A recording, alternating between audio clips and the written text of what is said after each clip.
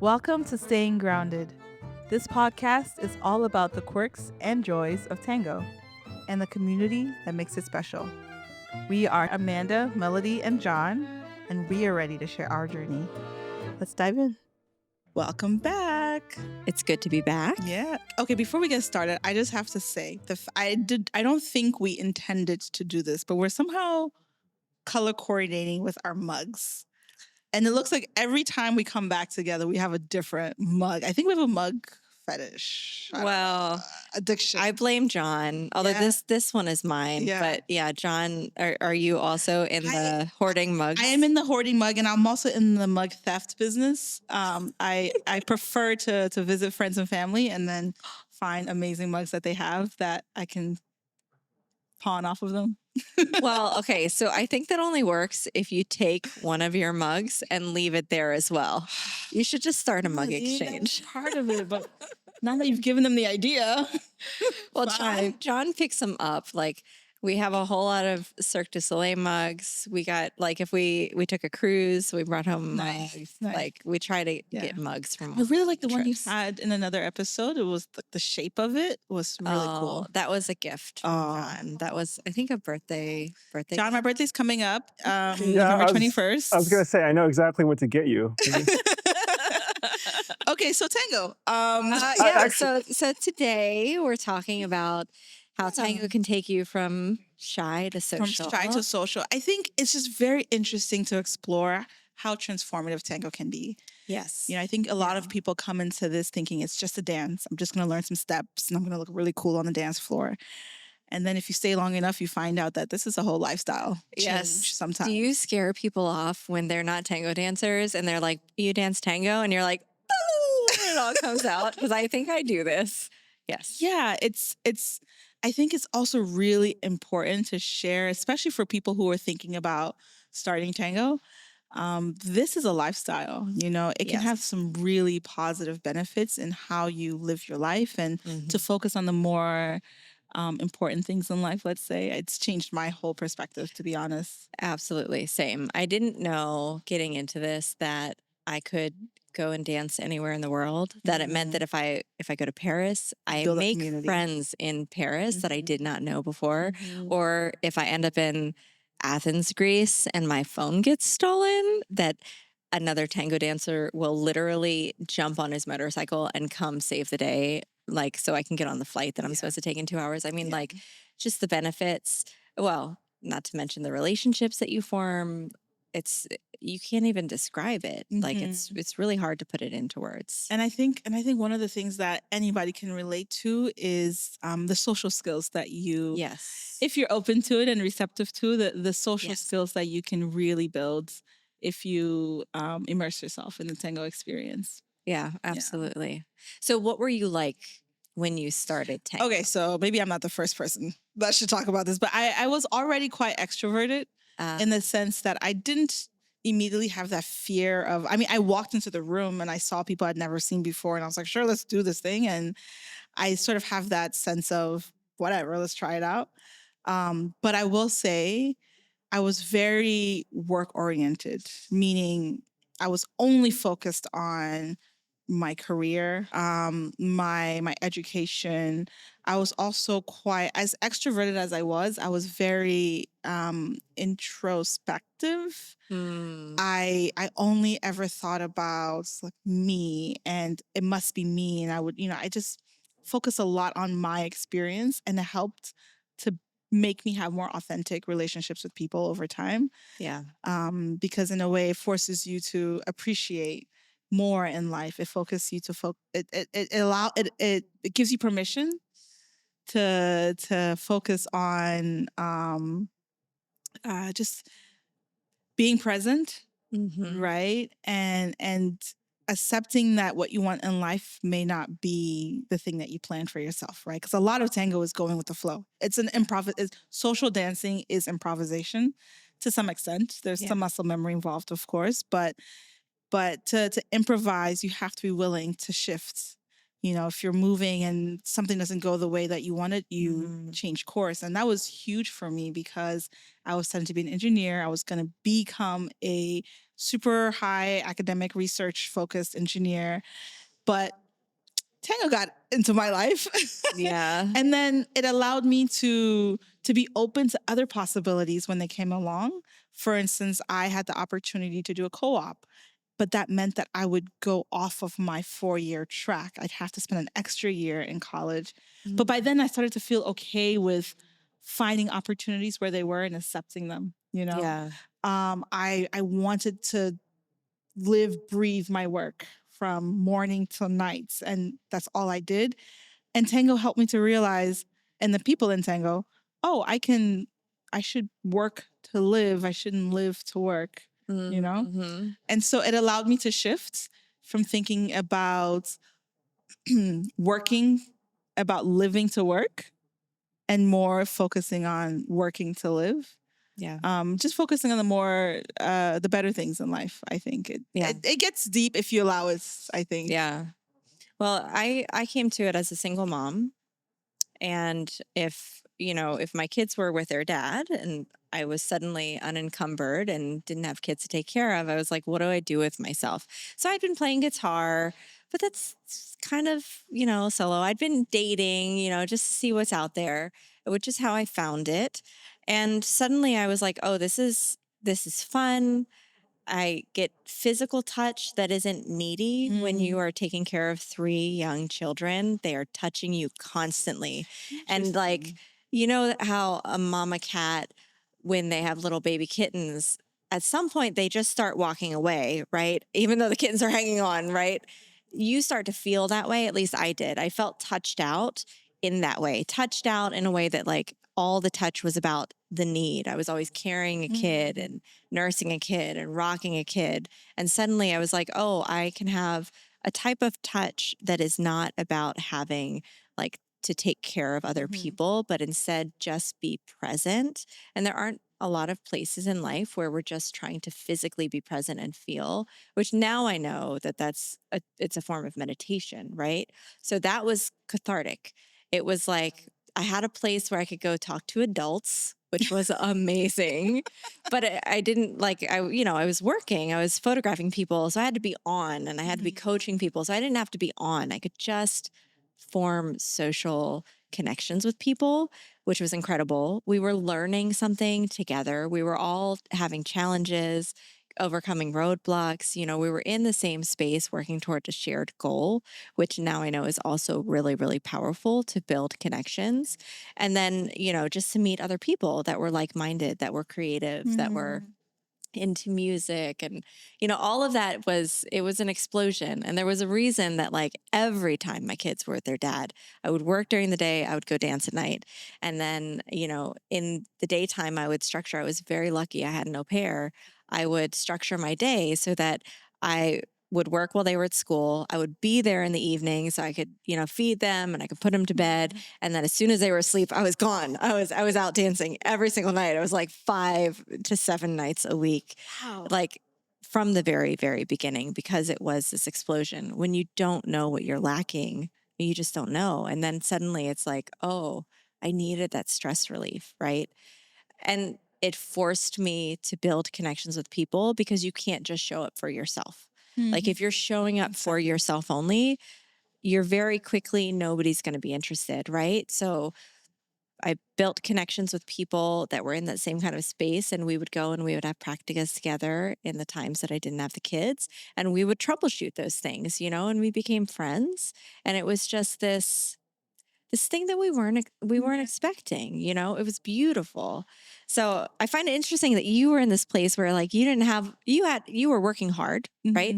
But you didn't have these responsibilities. You weren't like taking care of a lot of people. You just had to think about yourself. And I was on this other end where I had only been, my identity was that I had to take care of these kids. And suddenly I had a place that wasn't my identity. And that was beautiful. And I think that's what's so special about tango, right? We were both on these two extreme spectrums and still found something that brings us together. Yeah. And I wonder, John, where on the spectrum maybe you sat when you first started tango? I think that's probably closer to your experience, Amanda. I started also in college. I was very shy and very withdrawn. And I mentioned in a previous podcast, a friend asked me to go. This is someone I knew for a while. I'd gone to high school with him, and I knew his family, and his family had gotten started dancing. And I still was thinking, I'm in an engineering school. It's like 80% men. Like I Tell am me about not.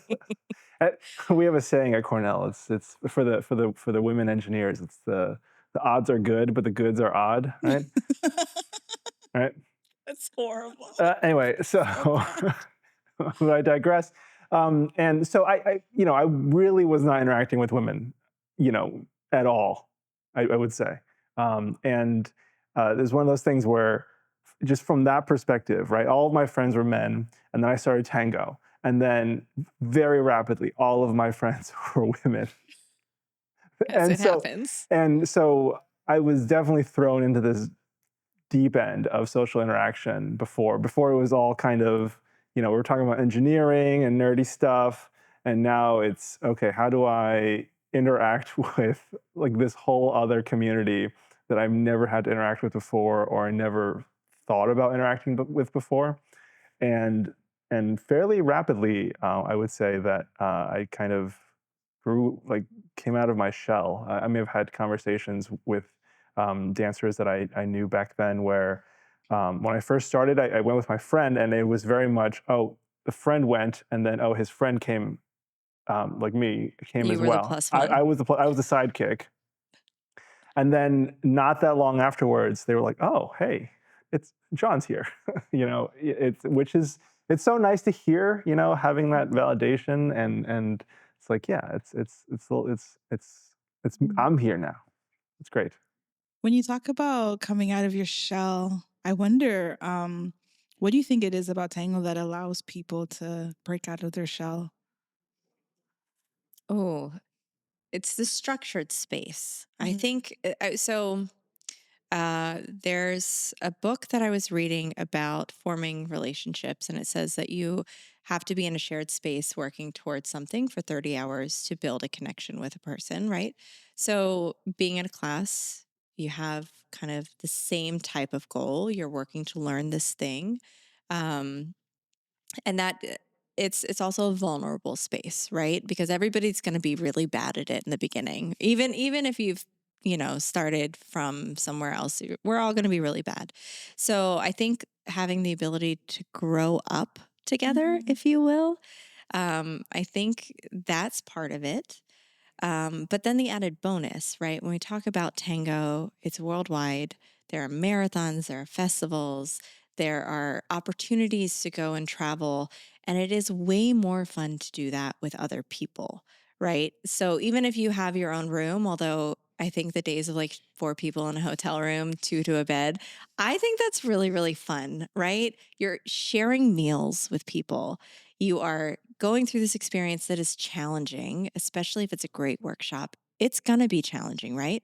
So you're working toward this thing, then you have this extracurricular time to have real conversations with people and build real connections.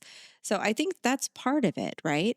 But it's whatever you allow it to be. It's whatever you open yourself up to, because you could just go to the class and be like, I'm learning this class, and then get the heck out of Dodge, so it's whatever space you give it in your life. Yeah, you're right. I think to that point, if that's what you're looking for, there's opportunities for it.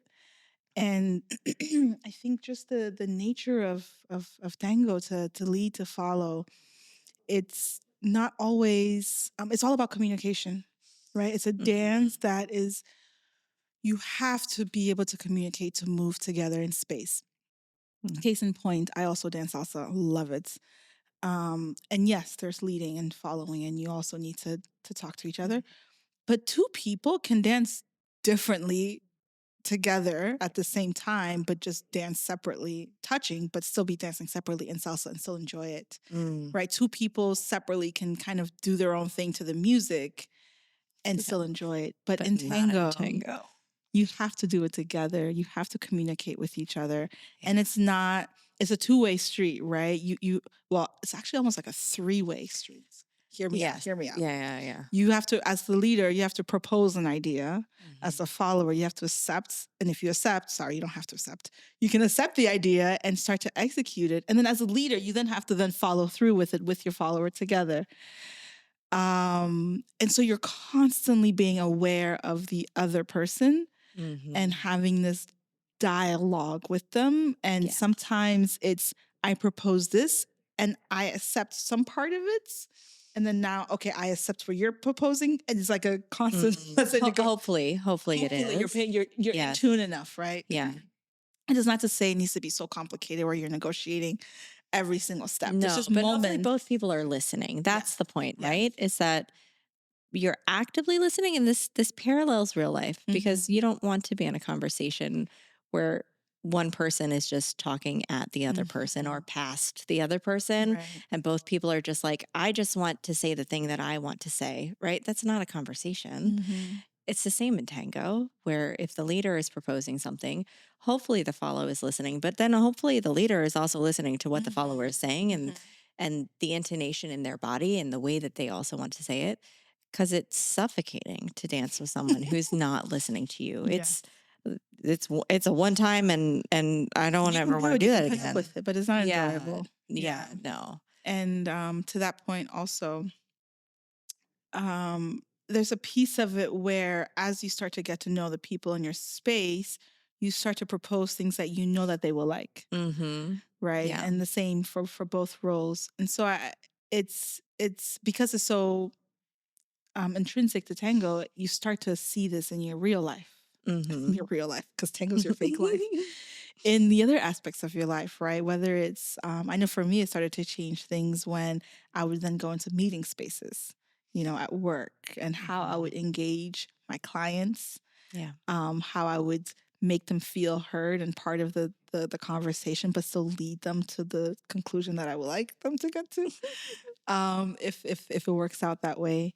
I started to see it more even in my social spaces. I think if I'm having a vulnerable moment, I'm pretty sure in a lot of my friendships, I take up a lot of the space. I'm not gonna lie just because I'm crazy and I just have always so much going on. And I think it can take up a lot of space in relationships.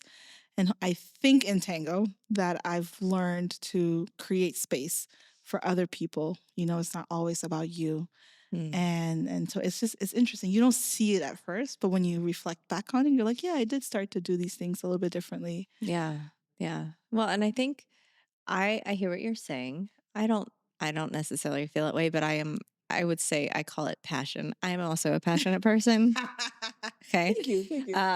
And I think sometimes passionate people gravitate to positions of leadership where ultimately, like, we end up speaking a lot and people want to hear what is being said.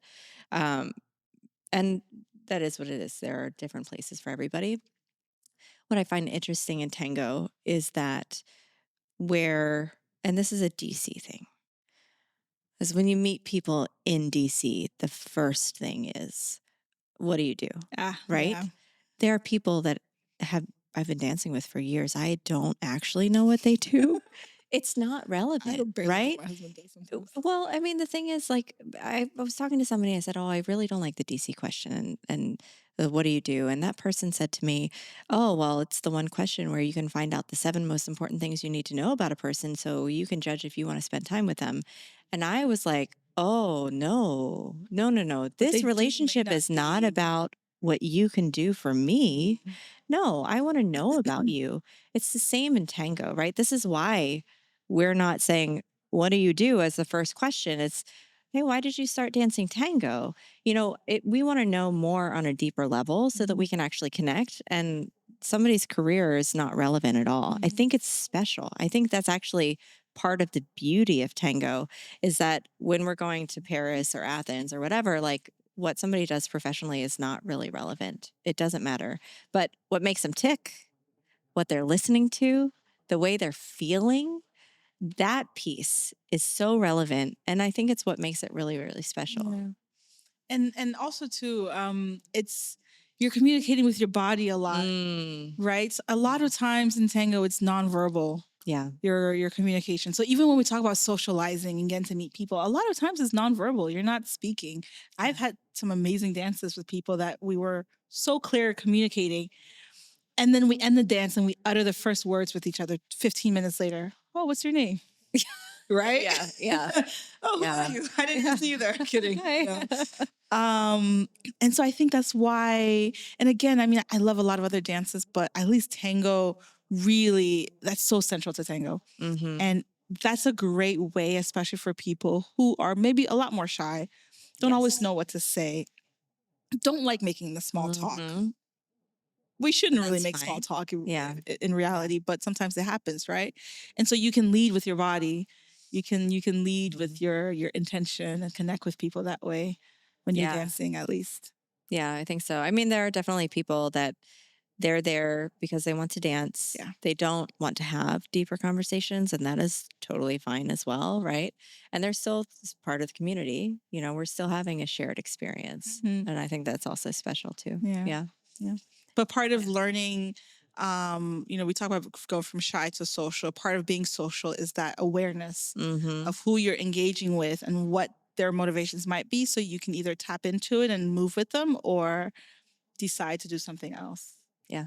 I think another part of becoming more socially aware and attuned to your surroundings, I think as a result sometimes of that is an increase in confidence. Yes. I've seen a lot of people change, become more comfortable in their skin, especially now that I'm in a space where I can observe more people that start from the very beginning and as they grow several years later. It's so amazing to see. Yes. Absolutely. You can only see it. I mean, you obviously experience it, but when you get to watch it happening in front of your eyes, it's like, wow, that's beautiful. Yes. Well, and there are life cycles, right? Yeah. We watch people come in, and just because it's the best structure, I think, like baby to toddler, because you're learning language. You're learning it through movement. So you're learning just the letters, and then you're learning words, and then you're learning phrases, and then you're learning intonation, and you're becoming a master of the skill that you can never really master, right? Which is why we're all life addicts. Yes, this is why we are. This is why Javier Rodriguez is like, oh, you just started dancing, run the other way, right? Because you'll lose your life to it. But learning these skills, putting in the time that it takes to have, to feel good and to know that you're also hopefully making somebody else feel good. You're building this connection that's just really beautiful. That is so powerful. I've watched, I like watching the college kids. And even the college kids that I know from when I started, that were like these young people that were really forming identities, and now that are like adults and have these adult lives, I think it's really, really cool. And I was watching my daughter, who's 18, take her first tango steps. She's like, just indicated some interest. She wants to try. And I'm like, I see this baby journey as she's starting to become an adult. And I hope she continues to do it, because I can see in the friends now that are adults, now that like have this beautiful way of communicating through dance. And I hope that she gets to also have that as well. That's amazing. We can watch her journey together. Yeah. I just want to add, as you were talking, it made me want to make sure to clarify something. I don't think, and I think you'll agree with me, I don't think becoming more confident in tango is the same thing as knowing more tango steps or becoming more proficient at tango. No. Well, actually, I think we have to talk about Dunning-Kruger just for a second here. Yeah. So the Dunning-Kruger effect is that you start something and you have a vague idea that you really don't know what you're doing, right? And then as you learn a bit, you start to grow in confidence more than your actual skill. So there is a point in the life cycle of learning something new. And this is not just tango. This is definitely photography as well. It's everywhere. So you know enough to know that you know more now than you did, but you don't actually know how little you know. So your confidence grows much higher than your actual level of skill. And if you keep going, if you keep learning, at some point you become more aware of how much you really don't know, and your confidence goes.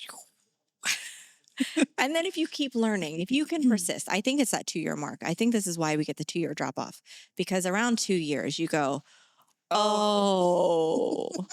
And if you can keep going. That's what they meant by the walk. Yes. I don't know how to walk, right? But then you can really learn. It's the same thing in photography. People that have been learning for a while, our egos become so overinflated. And then at some point it gets crushed. And if you can get through that, then you can really grow, right? So like, it's not about the steps, it's not about how long you've even been dancing. It's like, have you gotten through that to understand that it is going to continue to be a learning journey, even in 10 years, right? I was at class last week because there's 10 years later, I still have a lot to learn. I think even John, how long have you been dancing? I have been dancing for 18 years. Actually, I think maybe in a week it'll be 18 years. In a week it's 19? No, a week 18. In a week 18. Yeah. In a week it's 18. Yeah. And there's still more to learn, right? Of course. So much more. I was growing up in tango. There were several teachers that I would see in the same workshops as me at the festivals. I'm going to call one of them out, Robin Thomas. But that, to me, very early on, seeing that role model, I was like, oh, I need to keep going. It doesn't matter where I've made it. I need to keep going. Yeah. And now I love that the teachers that I really follow are the ones that I know have other groups of peers and or teachers that they continuously work with. Yeah. Because you have to keep going. Yeah. Well, and if you ever get to that point that you go, oh, that's it, I'm set, then you should just stop dancing. Sorry. But there isn't, that point does it's not exist possible. Because our bodies change. How about this? Rather than stop dancing, ask yourself that question. Have I really learned everything I need to know? Ask people around you who dance with you. Am I really set? Yeah. And based off of that answer, then you can figure out what to do next. Well, especially because this is a creative skill. Yeah. It is a physical skill, but it is a creative skill, right? So like, I don't care if you just won the Mundial. There's still more to discover. That same song can be danced a million different ways, right? And actually, if you watch the Mundial winners, oh my gosh, this is my favorite thing to do now. Ever since entering the competition space from like a organizing perspective, I love from the moments that they win, then you start to watch their journey and see how and it evolves. They continue to evolve and push the envelope. And it's like, and so then it starts to make sense. The judges must have seen that potential. Yes. Right. They were great in that moment, of course. Yeah. But their potential to keep pushing the envelope is what I think really makes them stand out as winners. Yes. Yeah. For me, like right now, it's Jonathan and Clarissa. Yeah. Like every time I see them, they're just doing something even more deep and connected. And I'm just like, how? I thought already it was great. Yes. How do you keep pushing it? It is a constant evolution. It really is. And socially it is too. I think if you sit back and you rest on your laurels, if you're like, I'm the cool kid and I got my crew, half of your crew might not be here in a year. Does that mean that now you're done because socially your group has left, right? I think that it is a responsibility of all of us to know your community and to show up not for ourselves. Yeah. You know? And to that point, then that would mean that continuing to push the boundaries and continue to grow and have allowed tango to transform your life is not just then about the dancing, right? Yeah. There are other avenues that you can continue growing in. You can start becoming organizers and you can start becoming a teacher and you can start hosting your own podcasts. And you can be heavily involved in the community and you can help. I mean, or just even say, hey guys, do you want to go to a happy hour? Do you want to go grab a bite to eat? Yes. You don't have to be in the forefront of something. Yep. Yes. Be curious. I think it's a curiosity about other people as well. Yeah. Yeah. So John, any thoughts you want to add there? One of the biggest things I think is you realize that your ability to tolerate change is through the roof. And then much more than you like give yourself credit for. And then That's true. change is always scary. I mean, that's kind of across the board. It doesn't matter. But then you do something new, something different, and then it turns out to be so rewarding. You can't help but to be faced with like the evidence that, oh, like I can do this. That change isn't something that I should fear, that it's something that I should welcome, because I don't know what I can get out of it until I actually try. Yeah. Yeah, that's very And so with that, I think it's only fitting to ask our viewers to share with us, share with everybody who's here and listening, and comment in the post in the comment section. What has been some of the most transformative experiences that you've had in tango? Because honestly, there might be someone might need to hear that story. Yeah, that's very true. First, it'd be amazing to just hear your story so we can get to know you better. But also, there might be someone who needs to hear that, and it'll help them find their way in life. Yeah, and we love a good tango story. Oh, we love the drama. We might even feature it. That's true. Yeah. If it's good enough. I'm just kidding. Of course not. All right. So if you enjoyed this podcast, do subscribe, give us a comment, share it, and we'll see you on the next one. Toodles. Bye. Can you guess which mugs we're gonna have next? Thanks for tuning in to Staying Grounded. If you enjoyed this episode, please subscribe and spread the word. We'll catch you next time.